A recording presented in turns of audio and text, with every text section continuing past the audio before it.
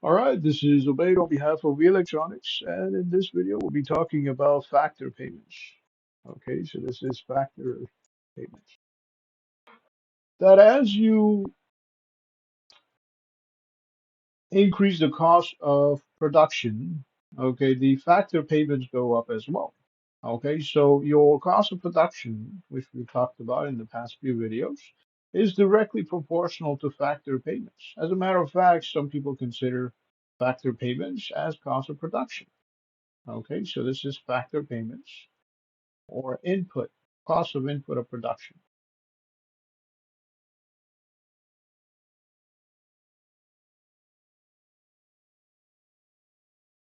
Okay, so what you pay as a supplier for cost of production, hence factor payments.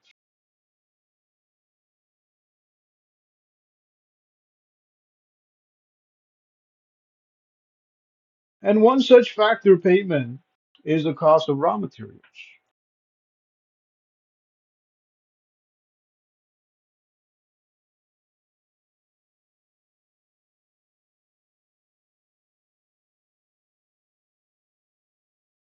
Okay, and your raw materials may be a fixed cost of production or it may be a variable cost of production.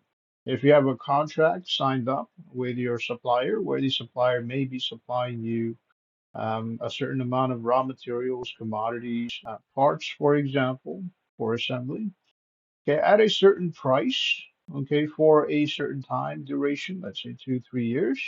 Okay, and based on that contract, your price may be the same each year and every month.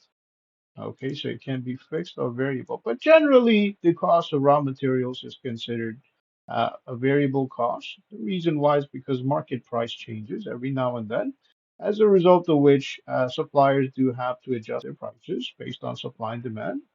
And for that reason, you have your raw materials as variable cost. So this is usually variable cost.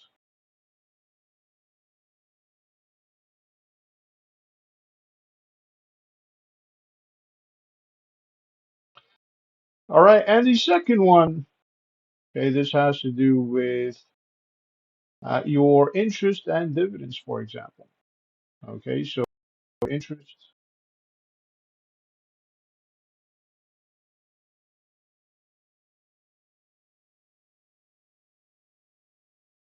plus dividends.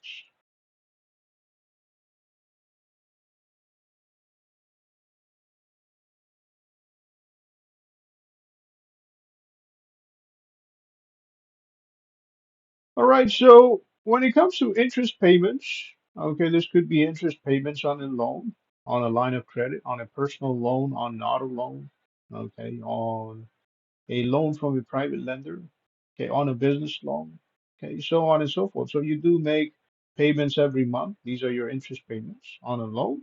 Hence, you have to pay interest on a loan. Okay, and this has to do with cost of production, as well as dividends. Okay, so when it comes to dividends, these are dividends that you pay your employees, for example, if this is a corporation, if you have an incorporated company, okay, which is listed in the stock market, as a result of which you may have to pay dividends to your employees who are your shareholders.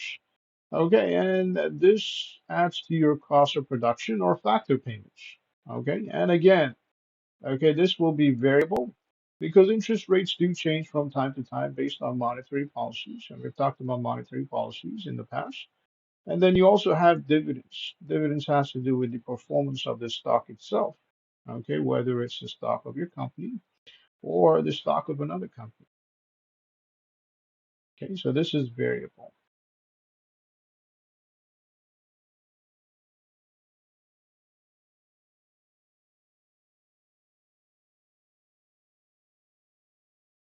All right, the third one has to do with rent. Now, whether this is rent or lease, okay, it may either be fixed or variable. It really depends on the contract. Okay, certain, let's say, property management teams, they may allow for a fixed rent over a period of time, let's say 2 years or 3 years. Okay, however, as consumer price index goes up and down, okay, they may change the total rent on the contract. Okay, as things become more expensive. Okay, for that reason, they may have to adjust their rent as well. All right, so rent may either be variable or fixed. May be variable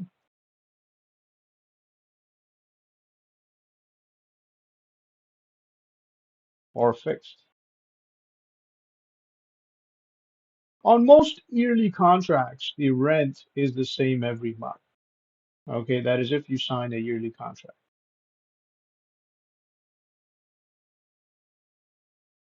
which may be renewed, okay, or you may have to sign a new contract based on terms and conditions. So that is your rent. Now, apart from rent, you also have your wages. Now, wages are usually variable.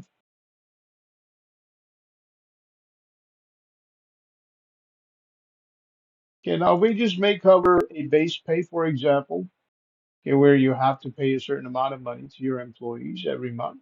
And on top of that, it may cover commission pay, okay, where the commission pay will depend on their performance as to how many leads they can turn into revenue. All right. So that has to do with your base pay and commission base, your commission base pay. Okay. So base pay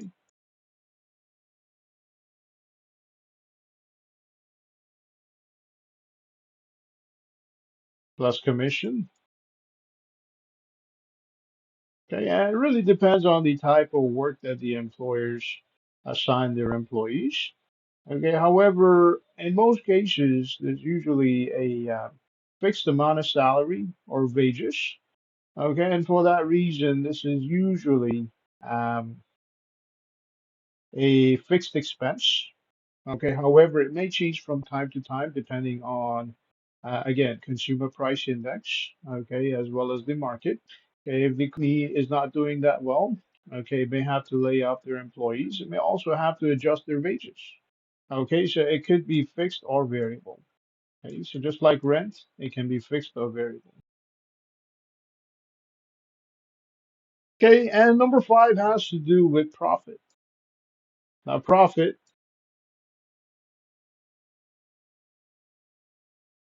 if you really think about it, it is not a factor payment. It is something that the company receives. So, okay, we will not consider this as a factor payment. Okay, profit has to do with, okay, revenue, okay, your total revenue, gross revenue. Okay, take away your, okay, cost of goods sold. So this could be cost of your raw materials, for example, transportation, so on and so forth. Take away your operating expenses. And this will cover things like rent, okay, utilities, so on and so forth. All right, as I mentioned earlier, profit is not a factor payment. This is something that the firm can expect in terms of their business. However, if they do reinvest their profit, let's say they invest their profit in a savings account, okay, or if they do invest their profit somewhere else, the cost of investing that profit may be a factor payment. All right, so these are some of the expenses relevant to short run production, okay, or what we call factor payments, which is equivalent to cost of production. On behalf of V Electronics, this is Obey. Have yourself a great day.